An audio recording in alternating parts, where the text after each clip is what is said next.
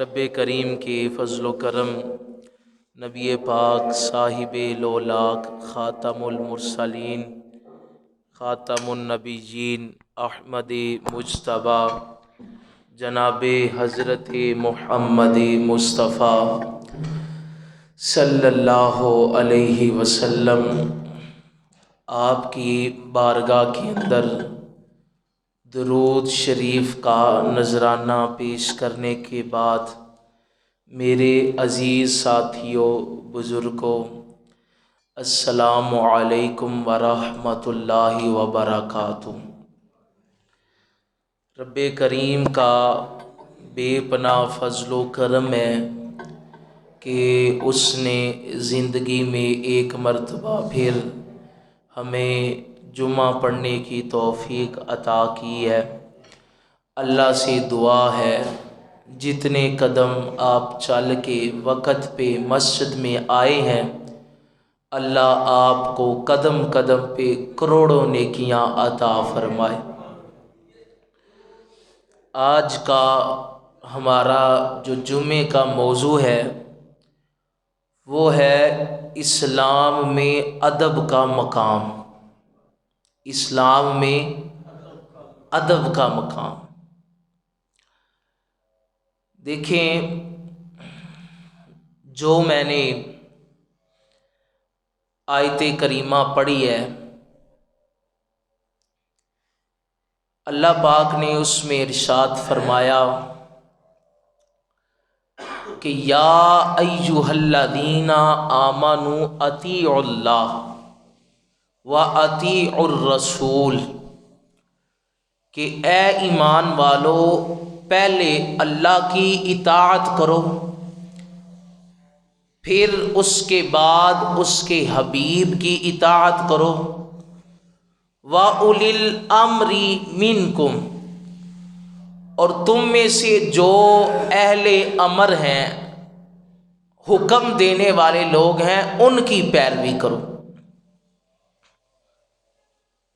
ایک دفعہ کیا ہوا کہ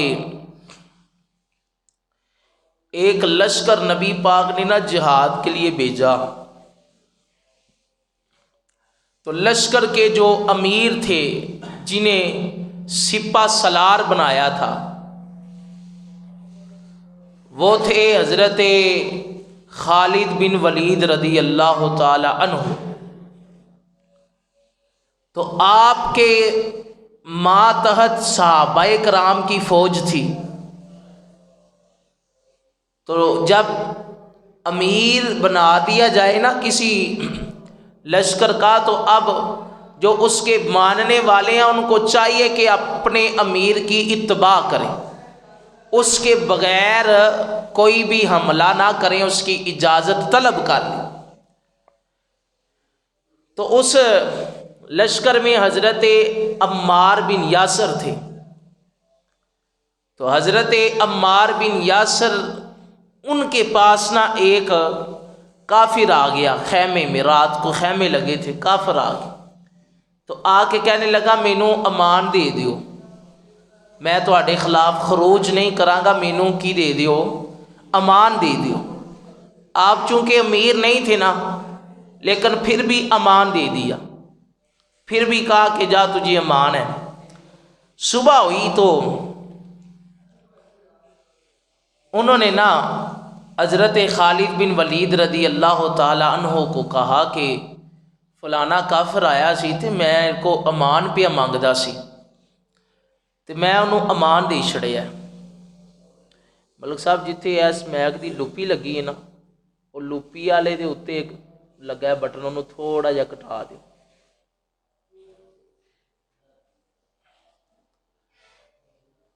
امان دے دیتا۔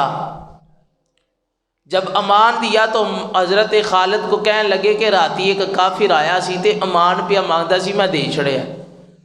تو آپ پر یہ بات تھوڑی سی گراں گزری کہ جب میں امیر ہوں تو میری اجازت کے بغیر امان آپ نے کیوں دیا؟ تو آپ نے نا حضرت عمار کو بھی گرفتار کرا دیا۔ جب گرفتار کرایا تو جب اگلے دن نبی پاک کی بارگاہ میں یہ خبر پہنچی تو نبی پاک علیہ الصلوۃ والسلام نے فرمایا کہ آئندہ بھائی کسی کو امان نہ دے، امیر کے بغیر کوئی بندہ کسی کو امان نہ دے۔ تو نبی پاک علیہ السلام نے جب یہ فرمایا نا تو پھر اس پہ حضرت عمار نے نا، کچھ صحابہ کرام تھے آپس میں تھوڑی بہت طبیعت کے مطابق جملوں کا تبادلہ تلخ بھی ہو جاتا، تو کوئی تلخ بات کہہ دی حضرت عمار نے اپنے سپہ سالار خالد کو۔ تو حضرت خالد کہنے لگے، اے عمار تو غلام کا ہے، تو غلام تھا تو اب غلام ہو کے آزاد ہو گیا ہے، تو پھر ہمیں تانے دیتا ہے، تو ہے ہی غلام تھا، غلامی بھی تانا نا جی۔ اگر کسی بندے کو ادھر کہہ دے تو فلانے دا غلام ہے، اگر تو کوئی نیک ہوگا تو وہ تو فخریہ کہے گا کہ واقعی میں آقا دا غلام ہوں، لیکن اگر کوئی دنیا دار کی طرف نسبت کر کے کہہ دے تو فلانے دا غلام ہے تو برداشت تیری نہ ہوتا۔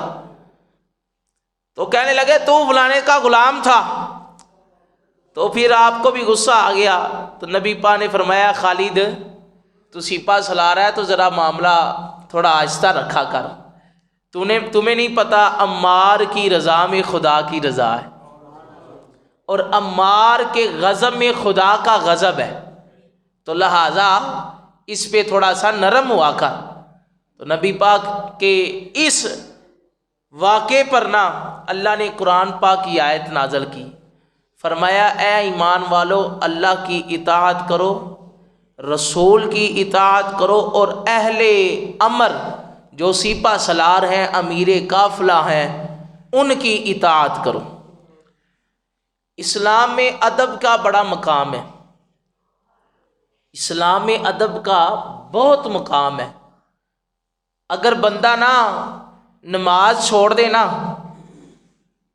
فاسق ہوتا ہے، کافر نہیں ہوتا۔ یہ نہیں کہ بندے نے نماز چھڈی تو دائرہ اسلام جو خارج ہے، ایسے نہیں ہوگا۔ گناہ گار ضرور ہوگا کہ نماز اس نے بڑی اہم چیز چھوڑ دی ہے، لیکن وہ کافر نہیں ہوگا۔ لیکن اگر اس نے بے ادبی والے جملے کہہ دیے ہیں نا، ادب کے خلاف کوئی بات کی ہے اللہ رسول کی بارگاہ میں، تو کافر ہو جائے گا۔ نبی پاک سے پوچھا گیا یا رسول اللہ صلی اللہ علیہ وسلم آپ کے نزدیک ادب ہے کیا؟ تو آپ نے بڑا سونا جواب دیا، آپ نے فرمایا الاسلام کلہ الادب، اسلام سارے کا سارا ہے ہی ادب، اور کیا؟ الاسلام کلہ الادب، اسلام سارے کا سارا ہے ہی ادب، اور کیا ہے؟ پھر ادب میں مختلف درجے ہیں، اللہ کا ادب ہے، نبی پاک کا ادب ہے، قرآن کا ادب ہے، اللہ کے کسی ولی کا ادب ہے، یہ سارے ادب کے درجے ہیں۔ اللہ کا تو ادب یہ ہے کہ بندہ رب کی بارگاہ میں کوئی ایسے جملے نہ کہے جو اس کی شان کے خلاف ہو، اور نبی پاک کے تو ادب کی کیا ہی بات ہے۔ میں ایک حدیث پڑھ کے آیا کہ نبی پاک علیہ السلام کی بارگاہ میں نا صحابہ کیسے بیٹھتے تھے، فرمایا کہ اتیت النبی صلی اللہ علیہ وسلم و اصحابہ حولہ کانما رؤوسہم الطیر، کہا نبی پاک ایک صحابی اسامہ بن شریک نام تھا ان کا، وہ نبی پاک کی بارگاہ میں گئے تو دیکھا صحابی بیٹھے ہوئے ہیں اور ان کے سروں پہ پرندے بیٹھے ہوئے ہیں۔